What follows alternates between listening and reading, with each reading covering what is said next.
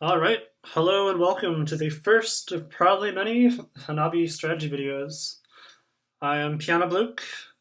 If you're already subscribed, you're probably very confused because up until now this channel has just been for nerdy piano arrangements, but basically I've been totally obsessed with online Hanabi throughout quarantine, and I figured it'd be fun to kind of share some of the knowledge and thoughts and strategies I've accumulated and learned over this time. So this video is going to be part of a super advanced theory series, but if you're kind of curious what the heck this is, stay tuned because I'm also going to be making a beginner series.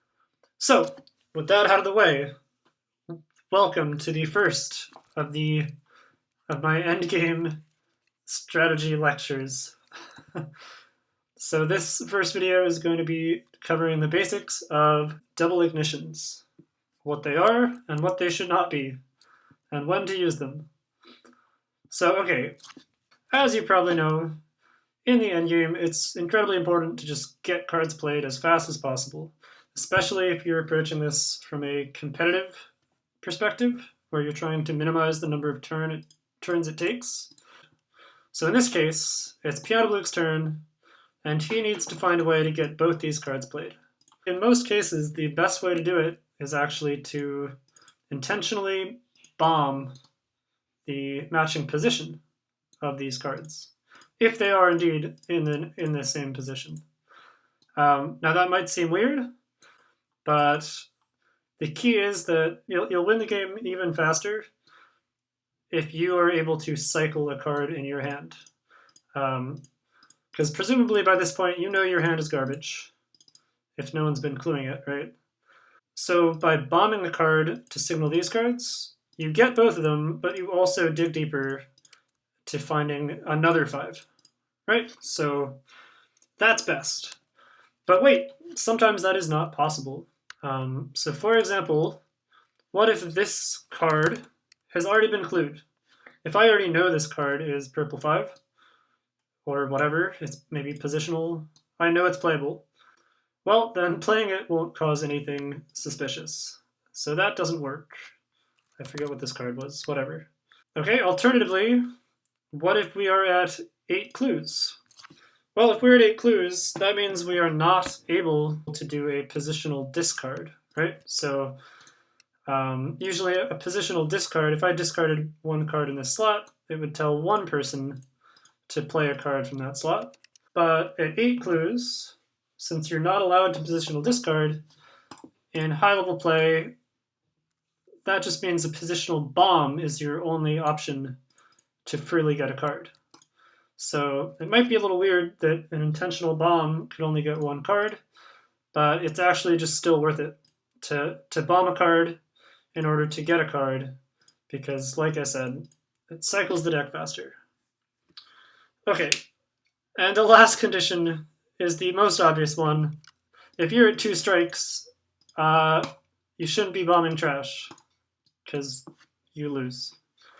But okay, let's say, for whatever reason, you need to somehow find a clue to get both these cards at once. And this is where the double ignition comes into play. So, the most straightforward way to get both these cards played, and in fact why it's called a double ignition, is because you do a burn clue. And by giving a hard burn, which is to say a completely useless clue, it sort of signals to the other 2 players that you're intentionally doing a bad thing. So, for example, in this case, the worst thing you could possibly do, the most clearly useless thing, would just be to reclue some random known trash. This card was already picked up earlier, for example. So I could just reclue it with 1 or with red. And then now it's Fishcat's turn. Fishcat can see that this was a useless clue, right? Because why isn't Piano Luke just cluing 5?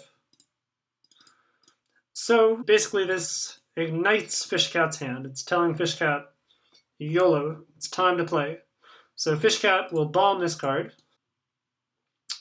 likewise, then Adron will realize Adron should also bomb his card. Great. So that's all good and well, but what if there is no known trash? So this is the same situation, except this is not known trash already. Now how can Piano Blue do a double ignition? Well, he has to clue some random trash card, but he has to do so, or he should do so in the way that is most unambiguous, that it should not be able to be misinterpreted in any other way. And here's what I mean. Conventionally, yeah, you can clue basically anything, but let's say Piano Blue chooses to randomly clue this trash card. It's Fishcat's turn now, and he should be very skeptical that his card is actually here. Out of all the trash clues he could give, Piano Blue is choosing to clue his chop. And to me, I would argue 100% this should actually call for a trash push. And of course, this late in the game, it is an unnecessary trash push. So we'll get slot 4 played, and Adron will finesse. So we can agree that Piano should probably not touch the literal chop card because he has free choice, and conventionally trash pushes signal, well, a push. So what else can he do? What if he clues one away from chop? Is this sufficiently not weird? Well, once again, as I'll cover more in depth in the next video, I strongly believe that this is also sending a special signal. Because as we all know, when you clue trash off chop, one away from chop, that's usually a chop move on a single card. And that, therefore, would usually signal an ejection. I have a lot more to say about that later, but for now, I hope you can agree with me that it's sort of weird and confusing to intentionally clue one away from chop in this case, right? Okay, well, then what about this clue? Is this clear or not? Once again, I'm going to argue that this is also signaling, this should signal something else. This, to me, looks a lot like a trash pull on this card, okay? And what I mean by that is now, if Fishcat plays this card as a double ignition, if I'm Adron here, I'm going to think, well, that's definitely an unnecessary something, but why, out of all these cards, did Piano Blue choose this card of all cards? And what's really cool is it could be interpreted, unambiguously even, as a trash pull. And this can be a signal for Adron to play his slot 3. Now, if that seems absurd, I'll invite you to switch the positions. Let's say this is actually the yellow 5. This is the purple 2. Wait, did I do that right? Yes. So if this was actually the position of the cards, how on earth should Piano Blue get these 2 cards? And I'd argue that by far the cleanest way to do it would be this. Okay? Okay, so finally, we've talked about trash pushes, we've talked about trash chop moves, we've talked about trash pulls. So you might be asking, well, heck, you're saying there's basically no way to do a double ignition.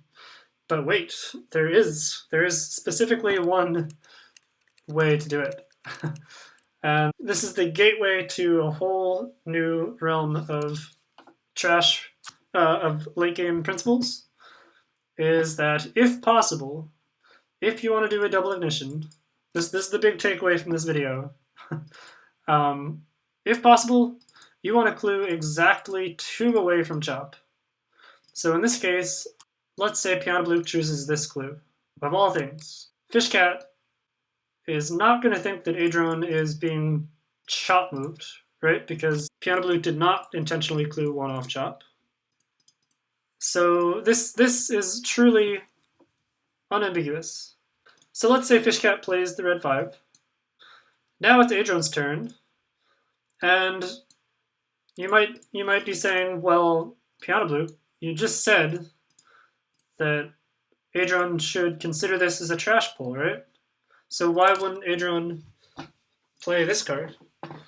And there's one specific excellent reason why he would not, and that's because he can realize that if Piano Blue was trying to get this card specifically, he could always 100% have touched the chop card as a trash push, unnecessary trash push. So, takeaway from this video, if you can, clue 2 off chop. That is unambiguously not a chop move, not a chop pull, or trash pull, not a trash push. It is just a nonsense clue, and a nonsense clue is exactly what you want to get the double ignition going. I'll leave you with an admission that, yes, there are some weird edge cases. Let's say you have green 2 here. Let's say you have something like this. Now, in this case, you can't clue 1 off chop, because any clue to this card would also touch this card. But you also can't clue purple, because then it would look like a chop move. Fine. Well, in that case, just do it up here. Now it's just a reverse form, right? Now Fishcat should ask himself, well, this can't be getting this card because he could have pushed. It's not trying to like eject Adron or some weird reverse ejection. So this is again unambiguously just igniting. And finally, if you're really sharp, you might be able to come up with a way where it's actually impossible. And yes, it can be impossible.